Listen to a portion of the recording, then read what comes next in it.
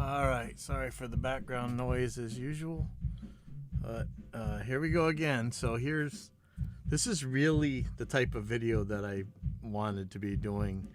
This kind of series on a long time ago. So I'm really liking this clickbait video review theme. And the ones I really couldn't stand is like you just get bombarded by these ads for these videos, like 3 mixing secrets you must know that will completely transform your career and have people knocking down your door. You know, just like all kinds of just total hyperbole. And then they would tell you there wouldn't really be anything in the video. They would say, here you go, just sign up at my spot to get a chance to win for just $99.95 a month, the super secret course that'll have you learning all this stuff. But it's always, it's just some kind of bait and switch thing. But so let's see what we got here. So this one right here, 5 mixing secrets the pros don't want you to know behind the speakers. Oops, sorry, I have to catch up something.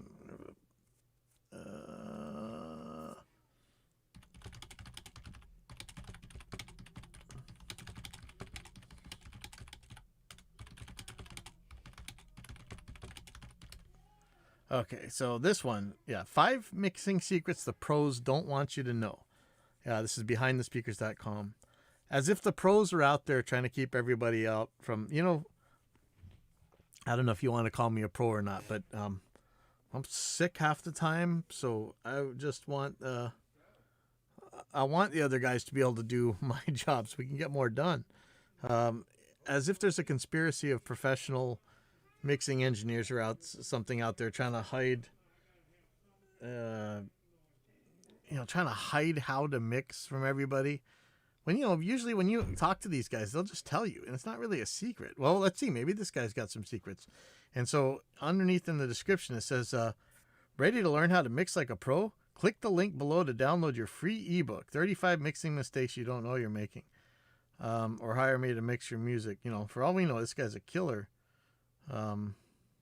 mixer, but should we go download this free ebook, 35 mixing mistakes you don't know you're making? Maybe that'll be another project for me. But let's just see what secrets the pros don't want us to know. Pull back the curtain and discover what the world's best mixers don't want you to know. Well, in this video, that's exactly what we're gonna do, so keep watching to learn what it really takes to mix like a pro. Hey, this is Jason from Behind the Speakers, and before we dive in, make sure you grab my free ebook, 35 Mixing Mistakes You Don't Know You're Making. Click the link above or in the description below to download this free ebook now. The first big secret, great mixing is often pretty boring. I remember when I went to audio school, I took a class with a Grammy-winning mixer by the name of Kevin Killen. And the first day, I'll never forget, he pulled up one of his mixing sessions, and on the projector screen, the big Pro Tools window came up, and he scrolled through the session, and there were like 4 plugins on the whole thing. It was like an EQ and a compressor, and it was so boring. I expected all sorts of fancy mixing techniques and crazy parallel, sidechain, whatever. Oh, well, I guess that's kind of a... Sorry, 1 second.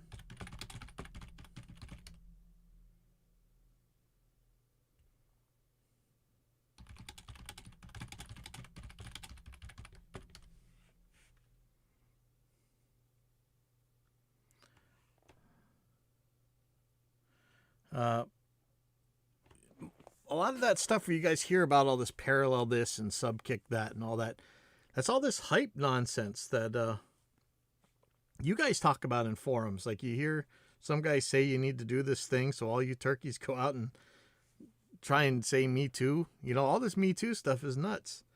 Yeah, I expect it to be boring. You don't need to have all this crazy stuff going on. And who says it's boring? I don't know, man. Is this a secret? It's a secret that you don't by default put a bunch of crap on your stuff before you know you need it. I don't know. Is that a secret? It's like, do you pour sugar all over your donut? Maybe it already has sugar on it. I don't know. let's see what they're talking about. But it was so simple what he was doing, and when he pressed play, it sounded amazing.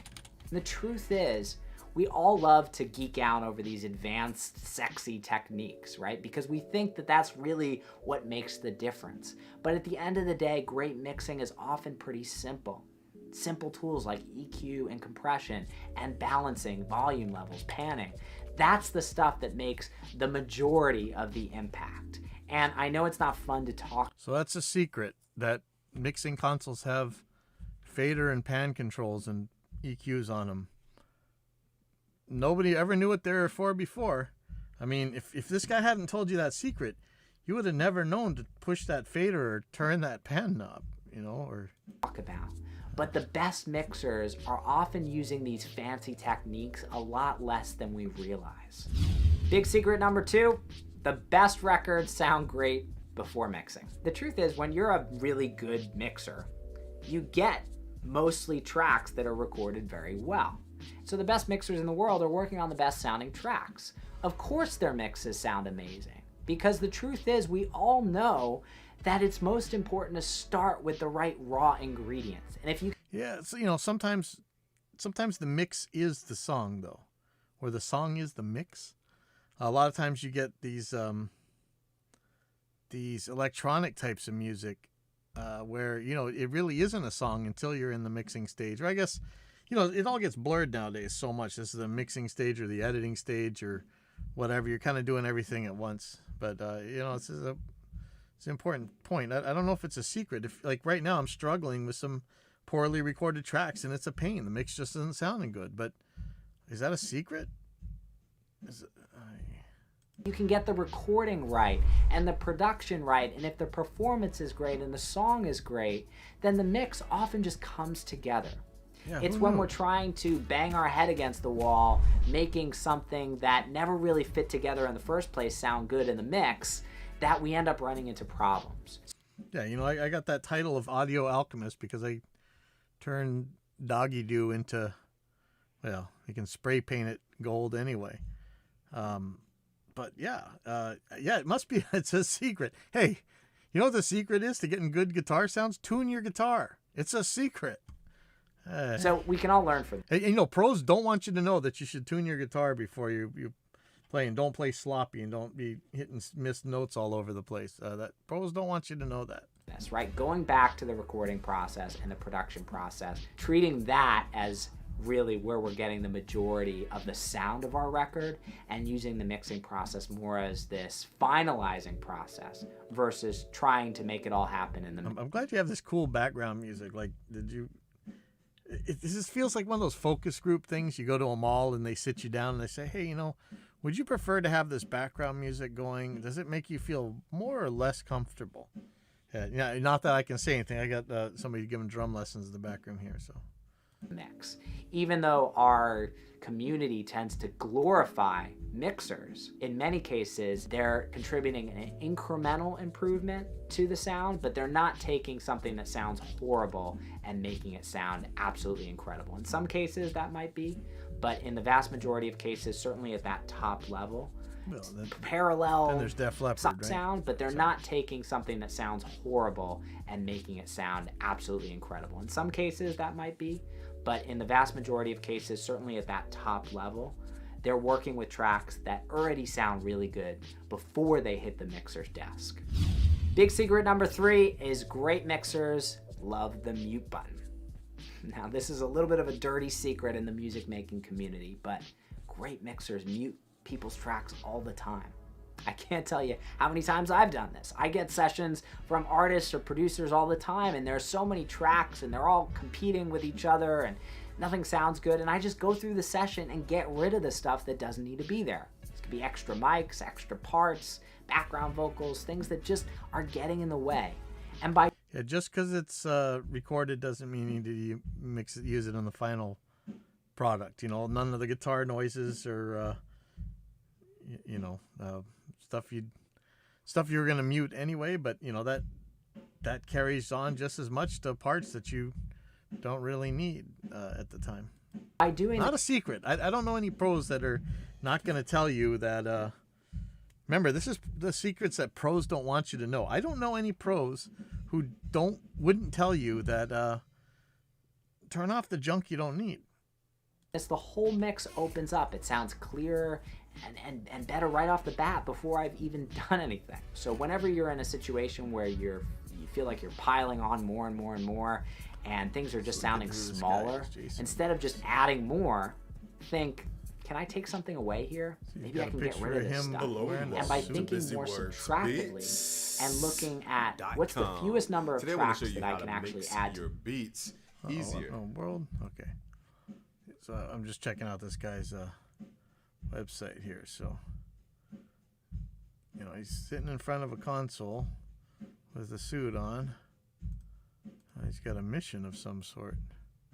Oh, wow. Actually, it's pretty crazy. Ouch, he had cancer and...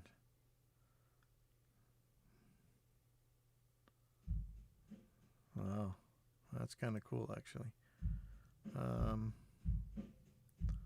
Let's hear some of this stuff. Am I going to get in trouble if I play this? I probably will. You know what? You guys can go on this site and play some of this stuff and see how you like it. I don't know. Anyway, this arrangement. What's the fewest number of parts I need in order to convey the emotion, the tone of the song? Oftentimes, the sound and the quality of your mixes will improve by leaps and bounds. It's not about adding more. It's actually, in many cases, about taking things away. Big secret number 4 is that even the best still mix bad records. I remember when I was first starting out as a mixer, I worked on a lot of crummy sounding music, and I would think, man, I can't wait for the day that I make it big so I can just work on really amazing sounding records every single day. The truth is, this doesn't happen for anybody.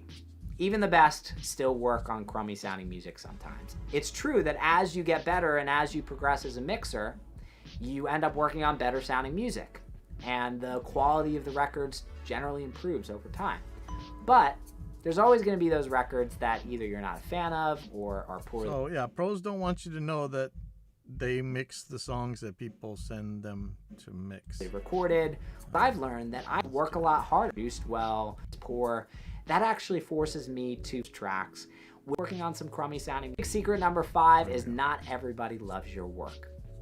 This is a big one because along my journey as a mixer, I've had my fair share of situations where I've done a mix for somebody and they just weren't happy with it for whatever the reason. I did my best. I really tried to revise the mix to meet their needs, but we would just get to a point where it was like, you know what? I don't know that we're the right fit. And I used to think that I was the only one, one out there who was dealing with this situation. Very wrong, but and you didn't the more conversations I had with other really great mixers and just produce subjective taste, direction, roughness happens. So it's not like you get to a point where you never have unhappy. Most people are happy, and that's okay. Now don't forget to grab my free ebook, 35 Mixing Mistakes You Don't Know You're Making. Avoid these mistakes and you'll be well on your way to mixing like a pro secrets the pros don't want you to know. Okay, let's just Hey Frank, Graham here from Recording. How you guys know how I love this guy. So, but I did a video. I watched a video of his where he actually had some really good advice.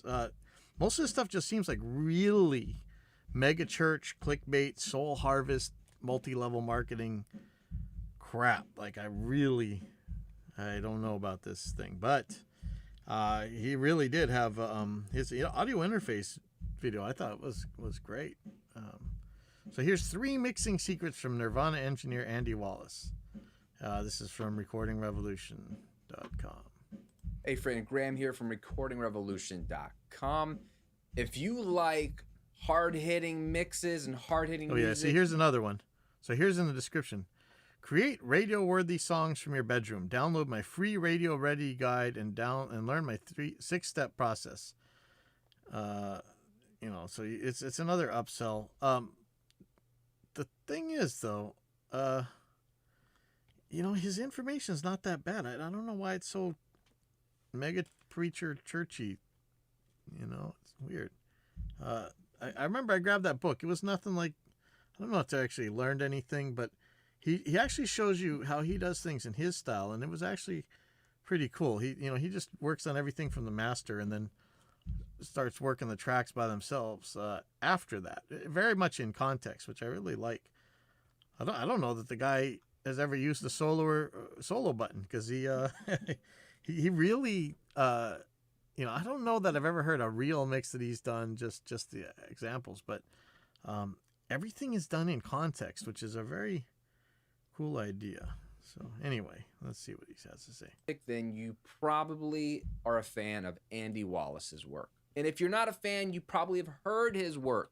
Andy's the guy who famously mixed Nirvana's Nevermind, one of the best rock records of all time. You know, the opening salvo in the Volume Wars, by the way. People seem to forget that when they're like, oh, that vintage warmth of Nirvana, all right.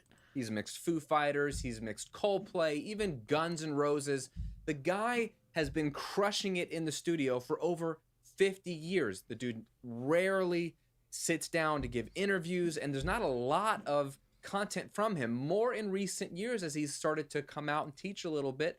But there's a great interview that Sound on Sound did with him a few years back that I love, because he really shared a lot about his mixing process. And what I wanted to do was pull out the 3 big nuggets that I got from the interview, some mixing secrets, if you will, that are super relevant to us in the home studio. Isn't Andy Wallace one of the guys? I'm not sure, but I think he's one of, we used to have those myths of the music industry. I can't really say them all, but one of them is the check is in the mail. Another one is we'll fix it in the mix. And the other one is I only use drum samples to drive the reverb. And I swear Andy Wallace was one of those guys who said something like that. So let's see what we got. Super relevant to you if you mix any kind of music, especially hard rock. And I think you might find them a little surprising. Okay. Secret number 1, the quick mix. That's right. All too often when you and I sit down to start mixing, we want to dive in and get really surgical and start throwing around a lot of plugins and fixing things and going real deep on these tracks. But I have suggested for years and taught for years and advocated for years for the super quick mix. Mix as fast as you possibly can. And it seems like Andy agrees. In the interview, Andy says, this is what I was talking about Graham. He really seems to have this contextual faders kind of, here's the mix, and I'm going to take away the junk that's getting in the way. Yeah, I don't, let's see what he says about Andy Wallace. Hey, Sam, no, I'm not talking to this guy. Be throwing things up very quickly, almost like doing a quick monitor mix, and balance everything very quickly just to see how all the elements are supposed to sound together and I have a basic feeling of the entire track. Now, Andy is really smart for mixing this way. You and I should too, for 2 reasons. One, when you start mixing quickly and you throw up faders and you just react, you create the most realistic balance as an audience would expect it. You're not overthinking things, and so you're just thinking about big picture, the forest, not the trees.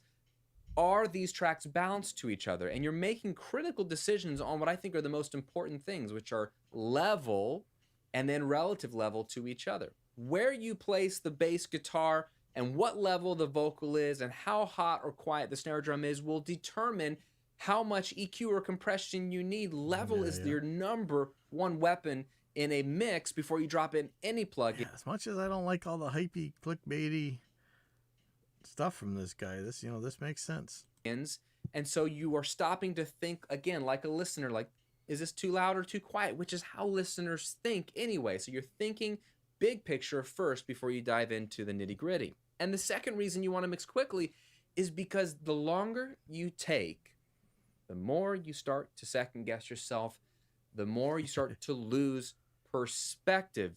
We lose perspective so quickly. Your ears adjust, so you can't trust your ears after. But let's be real. So many tracks you're going to get, especially as an amateur, are going to be just garbage. Like you can't even get levels up. I mean, that's the thing.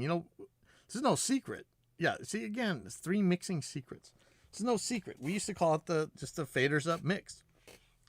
You'd put the tape on the machine, you'd hit play, and you'd push faders until you had a relatively okay mix, and then you'd start going crazy with the automation and stuff.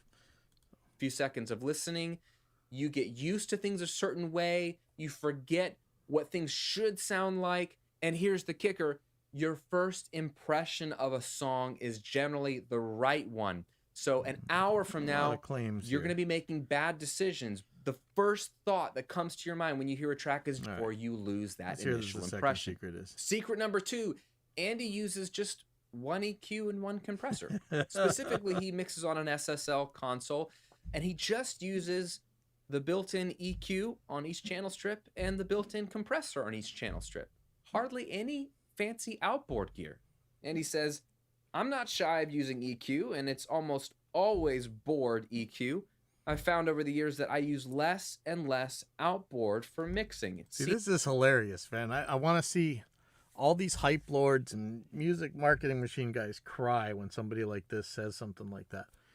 Because that's the truth is. I mean, back in the day, you know, we had more gear than just about anybody. We had insane piles of gear. And when you brought in one of these pro mixers, they would pretty much just use the EQs on the board, and that was it. They might patch in something magical for a vocal or something, but oftentimes they wouldn't even do that. So yeah, I don't know about this mixing secrets. Seems that the SSL can give me what I need. Now, please don't miss this powerful concept and think that, oh, it's because he's got a real SSL, that's why his mixes sound awesome. No, the takeaway here is that simplicity works. By deciding to commit to just using one EQ and one compressor for 90% of your mix moves, you have eliminated the pointless energy wasted on picking which effect to use and freed up that brain space to then be used on being creative and strategic on what to do. Yeah, this guy is making all the gear snobs and cork sniffers cry right here. This is pretty funny. The threshold plug and the Nova EQ. Yeah, I mean, yeah, really, you know, it's crazy because we wouldn't have thought back in the day, and we had piles and piles of stuff, but really, most everything just worked. You know, the SSL board compressor wasn't, you know, great compared to the kind of plugins we have. Oh man, I just said it. I like our plug-in compressors way better than the SSL's channel plug-in compressor. I know people really like that mix bus compressor still, but it still, it worked. We just worked. I would often patch in a better noise gate. That's for damn sure. I'd patch in a drummer or something. Let's see what else we got. Do with the EQ and compressor you've chosen. And finally, secret number 3 from Andy's interview with Sound on Sound is ride the faders. Now, a lot of the work that Andy's mixed is really hard-hitting stuff. I mean, he mixed Slayer. And naturally, people want to know how he gets such hard-hitting records. Is it compression? Is it limiting? Is it some magical, obscure piece of outboard gear? Well, it turns out the answer is simply riding the volume faders. I'll spend a lot of time riding certain bass notes up that seem to be getting lost and notes down that are jumping out too much. This stage is mostly a matter of fine-tuning the automation, riding this up a bit, swoop something else, maybe have a part 3 to 4 dB louder when the chorus hits, and then bring it down gradually. You know, I wonder which Slayer albums did Andy Wallace do? Because so a lot of this stuff, this is the way we used to do things. You know, often we would actually record the tape, record to another 2 channels of a tape, or you know, a synced machine, and then totally change the mix and then punch in and record it again. So you would have these like different sounds for different parts. But you know, actually moving up and down the volume for different parts, I mean, it's kind of scary because you kind of can't do it anymore. With the people want a really static mix, so you can't really have louder parts here and there. You can kind of change the mix density and stuff, but you know, now that allegedly the volume wars are over because we're using the EBU R128 or whatever scale, the loudness LUFS scale, I don't know that we're still allowed to have these dynamic mixes though, where you have like a quiet verse and a really loud chorus. I suppose you could, but I'm thinking of, you know, more of the modern Slayer stuff. You're not really getting that movement. Let me see which Slayer Andy Wallace did, because he didn't do whatchamacall, he didn't do the iconic ones, right? Andy Wallace, Slayer. Let's see, just pulled out South of Heaven. No, which ones did he do? So, oh man, I'm trying to find it. Discord. Reverb on Slayer. Andy Wallace credits. Okay, here we go. So here's all music. Let's find Slayer. Soundtrack to the Apocalypse. That's 2000s. This is probably not going to be Season the Abyss. Yeah,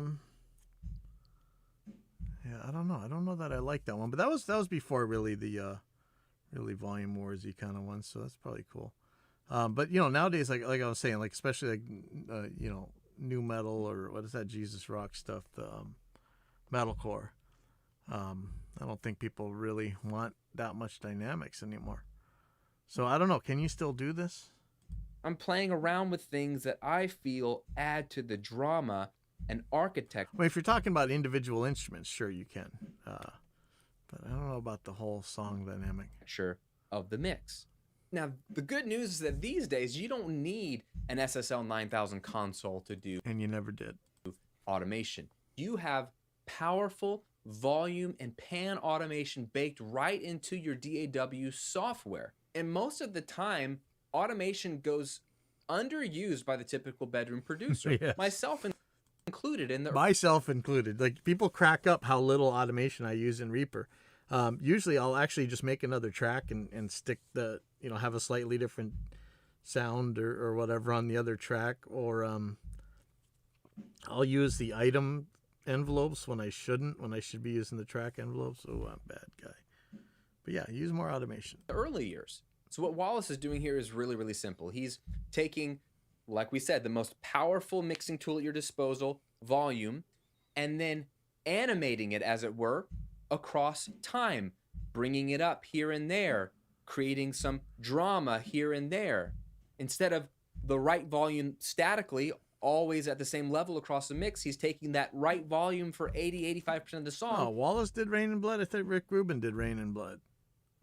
Or did they both do Rain and Blood? Rain and Blood credits. Let's see.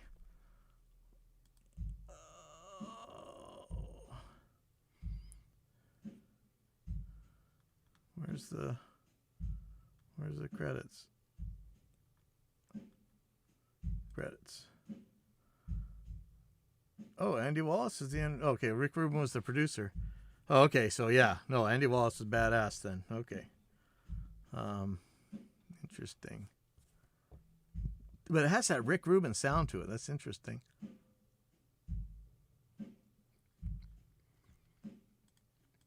And then making it even more perfect for the remaining 10 to 15% of the song. Just like a movie director, or really the editor in the editing room, can cut the film and zoom in on certain things in a certain way to force you, the audience, to pay attention. Okay, so there's your secrets. What are the secrets again? Use your faders, and then use your faders, and you don't need to add a whole bunch of different effects. That's I'm glad we got these secrets. You know, this one was okay. That first one was pretty lame. This one was not bad. I don't know if something's did the marketing machine get in my brain and start infecting me and I can't think anymore. All right, we'll tackle some of the other ones of these in a little bit.